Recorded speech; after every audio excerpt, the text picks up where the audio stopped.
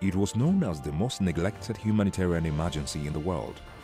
The harrowing war between the government of Uganda and rebel groups claimed many innocent lives, forcefully displaced over 2 million people, and destroyed schools and health centers. In addition, the war was characterized by widespread and systematic violations of human rights, including rapes, abductions of men, women, and children, torture, increased economic decay, and national and regional insecurity.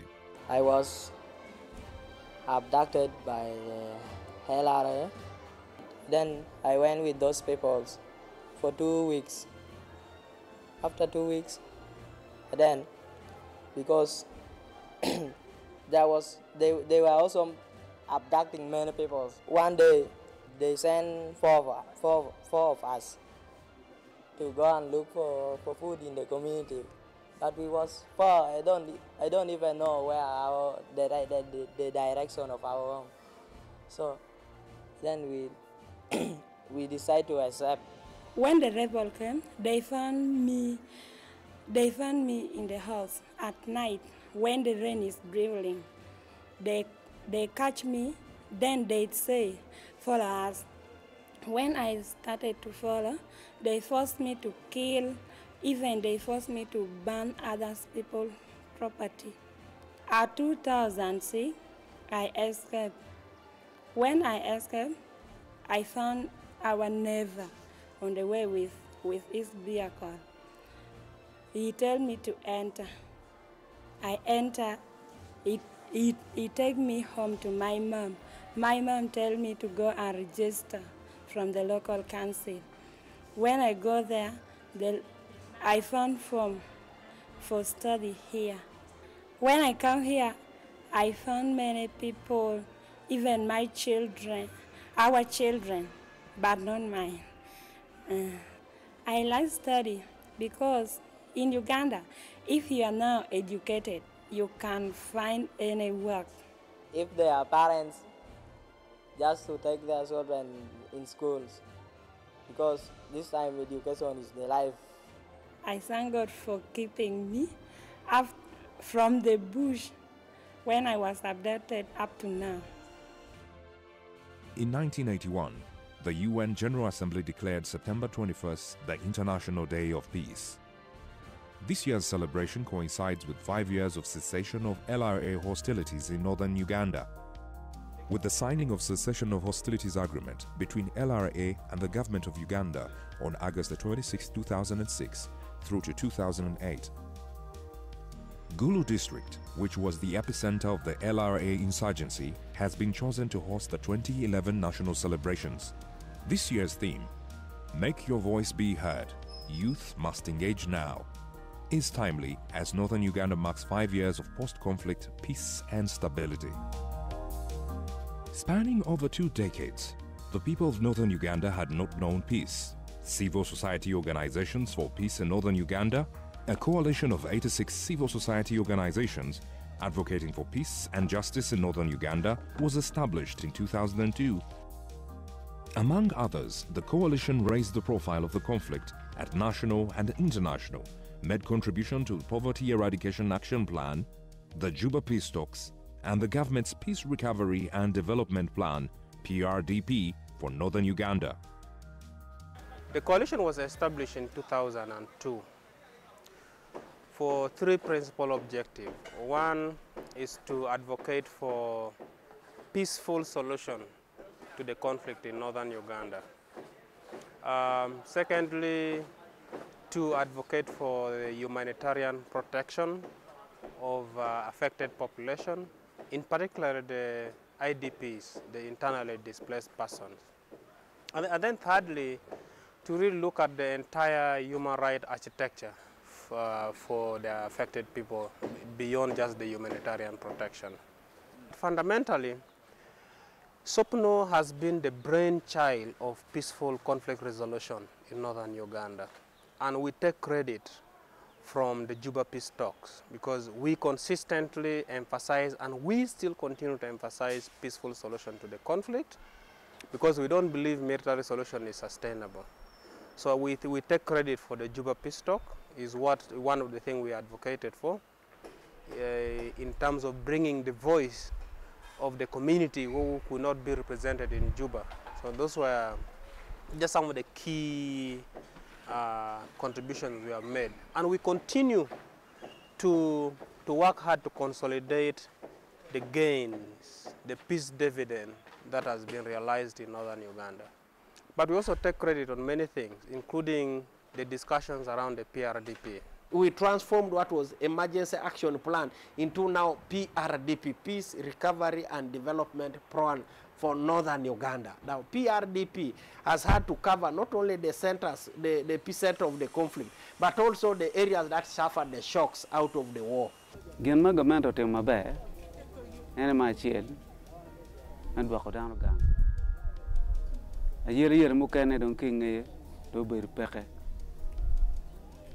Nunga mente uyele metu chupi or yat betie school NGO tika yopane. The PRDP plan was developed out of 2 years of consultation with stakeholders at district and national level to enable northern Uganda recover from economic, social and political devastation of over 2 decades of war. The peace recovery and development plan, which was a plan initiated by the government to start up recovery of northern Uganda, has been part and parcel of actually what we contribute towards to. The PRDP now was designed for 3 years to see how government and development partners can be able to contribute to the recovery of the communities. I would say we are in a transition. The transition has been from the emergency period to recovery. And we are now looking at another level of transition. We move from emergency to recovery. Our plan now is to see how we can consolidate our effort in the recovery period and move to another level, that is development. As I speak right now, over 98%, I would say about 98 to 99% of the population that got displaced during the climax of the insurgency. About 98% have returned to their villages.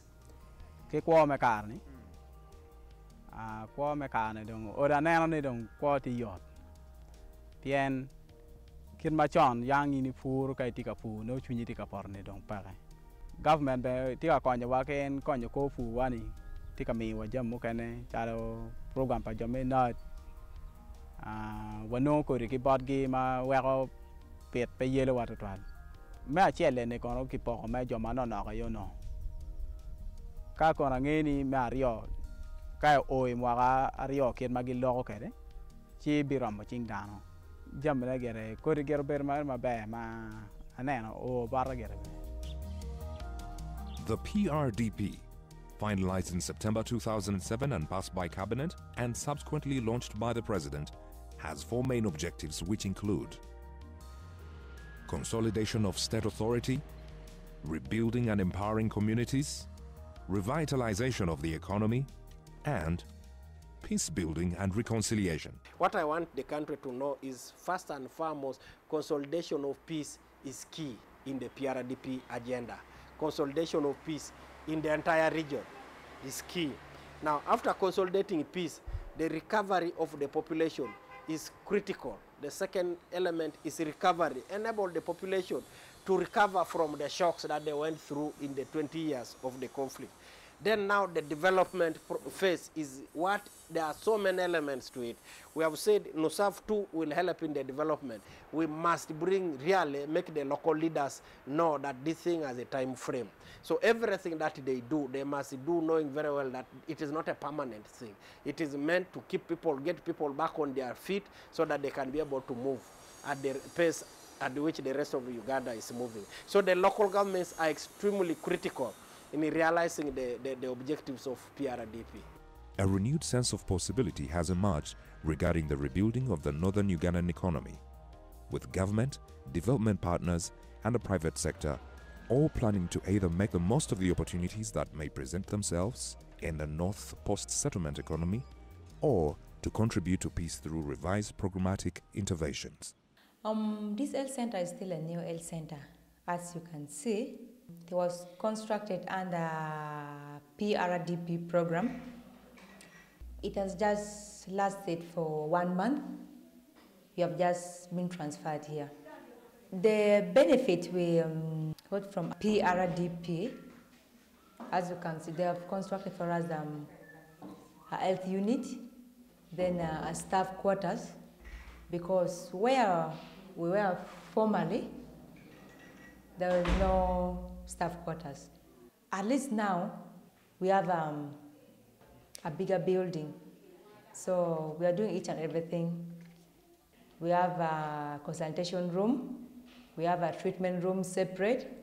We have a maternity. We have antenatal.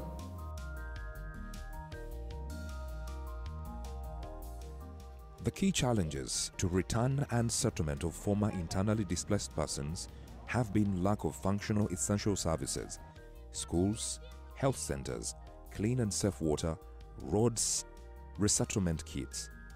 In the return areas, the spread of land conflicts and gender-based violence, vestiges of humanitarian assistance, dependency syndrome, lack of employment and productive opportunities among others.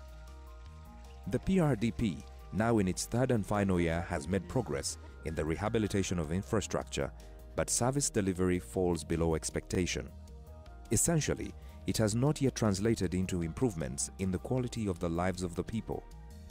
The interventions like that one of PRDP, I will not brush it out completely that it has done nothing, but at least to the best of my knowledge, the speed at which we are moving to reconstruct northern Uganda is too slow.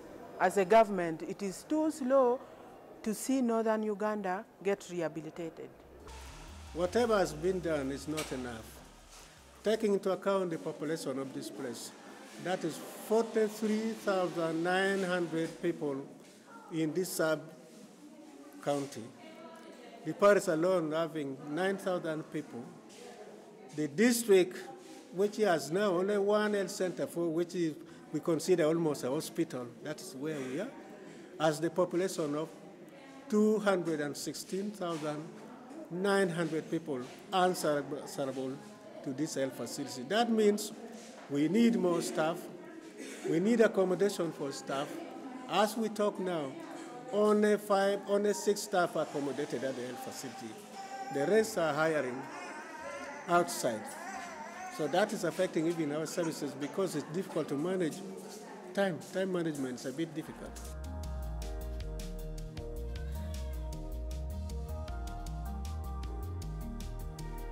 Mano na yang pu dan te ken.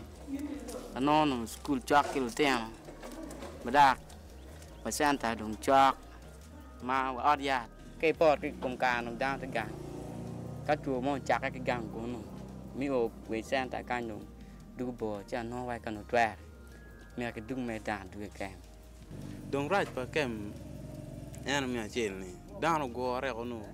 Kama tikar chel ma to no ngema don da ke perme chamber bertie pian exanta ka enene no kama ini nome pour nero ma dia di chal kere pour gangune petie beba bere kem mo yon ko ni man buru ma tilok ini chawne adui ma charo ela e poko mawa o mi wa don ke ye a bere ma fo ye gamanda eno raje tie ruini te kwa ma duong mi uji ma duong la ke chia choli mana ma mo ma ta mo mi adong pedo du da dog gang ene da dog la ngom ma duong ta piene bero kan ro pe nge kwe mangom ngara do me lo ngom ta do to nge ke lo nyen we ma yi la pa kem bero tie bero kem bero ba yer pe da do jwa ken do jwa we da la ngom ma be ta no kem to ye an ma ane kan yer wan bora wa no yot to twal mengwe ti yo charo pe an no ngwe ki wasi ka ti ngwe ti yo mere ngwe me luoro pe kuni bene ki romo wan so ku nyon yer wan bora wa ngwe ma dong wa luoro le ye ni gwak ngole kom le mo wel jemi ti ma raj ma ka mer paramo ile tie ka do ye ma chara wan bora in be na ka to kere kero be da pe mo churo tan kwan ba wa ro tan pe gan ci dire ma jagan ya ka ma nyo pe churo tan yan kwan en to ka mele don tika di wa ki kit de ma en tika ta ma no pe yan parliament do chalu ci wona chung pe wa yo kunu jara mo ko ma ci li ma mer gen na ko gam gene kum ma jara wan no bol pi pe wa ram no meta. I see only three things which we need to do. I don't need to talk of government, only we, including the international community, NGO, the churches. Three things. One is education. Two, how can we help the people of Northern Uganda to have money in their hand? When they have money, many things will be done. Three, how can we help the people of Northern Uganda to have adequate access to food supplies? Adequate. That should be number one, actually. Because all problems start from hungry stomach. If we can support the people here to have adequate. This year people suffered shortage of food here. Up to now people are suffering because the rain delayed. The harvest is even poor because of too much rain. I don't know what the situation will be next year. And problem number one, empty stomach. Remember, the first temptation of our Lord Jesus Christ was, turn the stone into bread. Traditionally, the northern region's economy was dependent on agriculture, specifically animal rearing and food crops. The conflict has also had enormous impact on the demographic and the skills base of the region. A large percentage of the population is currently under 18, with limited or no education and skills. Traditional subsistence farming is unfamiliar to many young people who have grown up in the camps. This aggravates the risk of future armed conflicts as young people are unable to secure a dignified income and become an easy target for recruitment into armed rebellion. The lack of skilled labor poses a significant risk that local people will not fully benefit from the opportunities that become available during economic recovery. In return, reinforcing the economic marginalization of northern Uganda. What more can be done is that, the Acholi community is vast. And now that people have gone back to settle, people are still continue to demand services because people don't settle where there is services. People settle where their home is. And they want services to go there. So sometimes you find that you cannot say now actually roads have all been made, schools have all been constructed, so we now shift to another area. The demand is still there because people are now going, even because of population pressure, people are going even to virgin land where there used not to be any home, state or training center and starting production there. They also now need school there, they need water points, they need roads to access their farm. But this is not to say that it can be done at a go, but at least the emergency one has been done. Now, what has happened over the years is that, for example, my ministry has been responsible for resettlement, particularly with the kids and say like rehabilitation of homes. You realize that actually the president directed that there must be iron sheets given to those who suffered war. And those iron sheets were procured in thousands and given to many districts and then distributed to sub-counties and to the population. It is true that 3/4 of the iron sheets were received by the population. The other thing which is also true is that a few leaders abused the process. I have gone to some sub-counties where I'm told you would find a Gombolola intelligence officer and LOC3 conspiring to collect money from a beneficiary, that if you give us, say, like 100,000, then you would get iron sheets. And those who could not raise the 100,000 were denied and some other people were given. That was not the guideline that was given by government. That was purely criminal, it is a corruption thing, and we have instituted investigation to those particular areas which suffered those kind of shocks. In one district, even an RDC was mentioned to have gotten involved, and government is following that. But that is not going to stop government from mobilizing more iron sheets.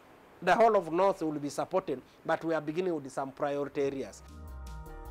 Ken maki dwa dan gang no tika ngat matiki rapati mabe andong de winya gona do dong ber mabe do dar mu dog gang be kit kon mama pe bin mi madina kut pe dan dong ti ger kwerigi Iberka borda ne akor wo bi chwalu ko barre ko be chwalu ko digi ko chwalu ngo dam tiger ki kingi mi genti ka koy tidum pe ko ma dongi tike dong kire am donc bien a wor ma yan ba choy mi de magiren ngom.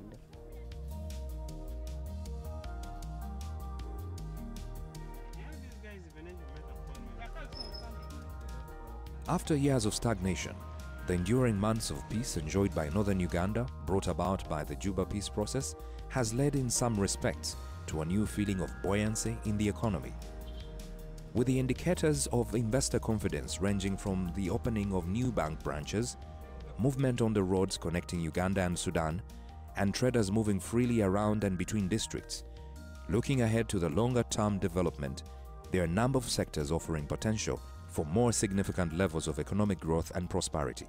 Wacharge, Nangi, Chabungi, Wachukargi, Wa Maukongi, Magian Josh Danegam. Will foot there, and you put your foot back on the tech. Get over better. Can't know well put there, no than you bear, no down, no take a duck gang, down take a fool. No don't down, chow duck, down take Wakadia, down take Wakadia, and Jimmy doing that ching down. Commercial production predates the war and is now beginning to re-emerge, spearheaded both by individuals from the region, civil society and investors. The region was previously known as the grain basket of Uganda, as it was rich in millet, sorghum, cassava, soybean, among many other food crops. The northern region had more than 3 million cattle before the insurgency first broke out in 1986. Much of this wealth was looted or destroyed. Government and donor efforts to restock animals are underway. Government gumio digi macharo dul minats dul organization machalo jurade go konyo wa gifonyo wa der me fu gumi wa kodi CPA gumi wa dien toni fu ma kompedi umi ora la me fu tie.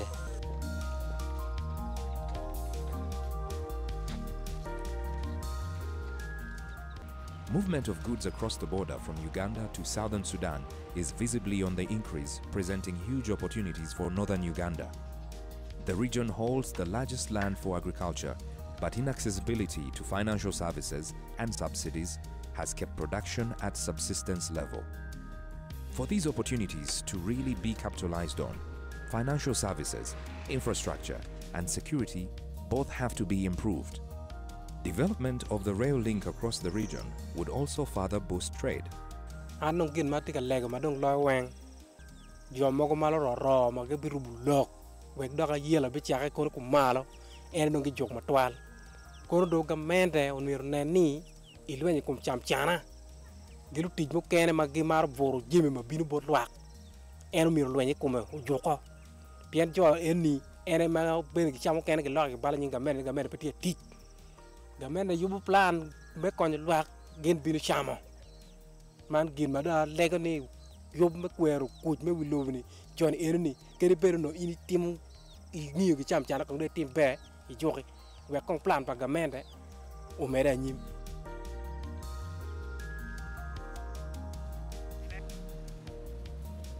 Due to the remarkable increase in international visitors occasioned by the war, the property sector has witnessed tremendous growth.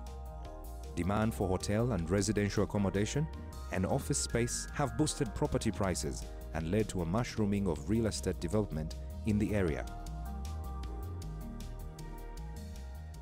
There has been an end to war, an end to gunshots, fires and so on, but there is still a lot more to do in order to achieve peace in northern Uganda. What has been done is that we no longer have the rebels disturbing people, so we thank the government for working so hard to be able to contain the rebellion. So we are appealing to the international community, to the AU, to regional governments, that is Uganda, South Sudan, DRC, Central African Republic, to sit down and see the best way of handling this matter. What needs to be done now? You know, the empowerment of the population. Can these people be helped to produce food, for example, for themselves? If NADS is going to drive the process, the rest of the organizations must work in that direction. The communities are talking about oxygenization of the northern Uganda.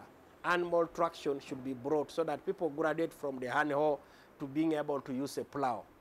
Those communities that can be helped even to tractorize, to really bring mechanization into farming, must be helped.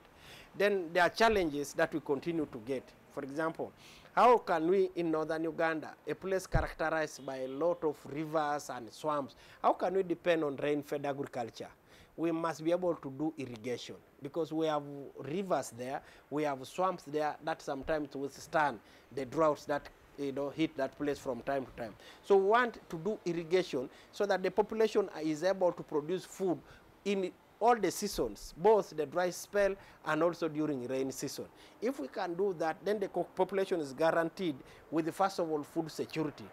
After guaranteeing food security at household level, then you can tell our people, let's now go commercial. Produce for Sudan, produce for Kenya, produce for Rwanda, produce for Ethiopia, and produce for other areas of the sub-region. That potential is latent. It must be really woken up.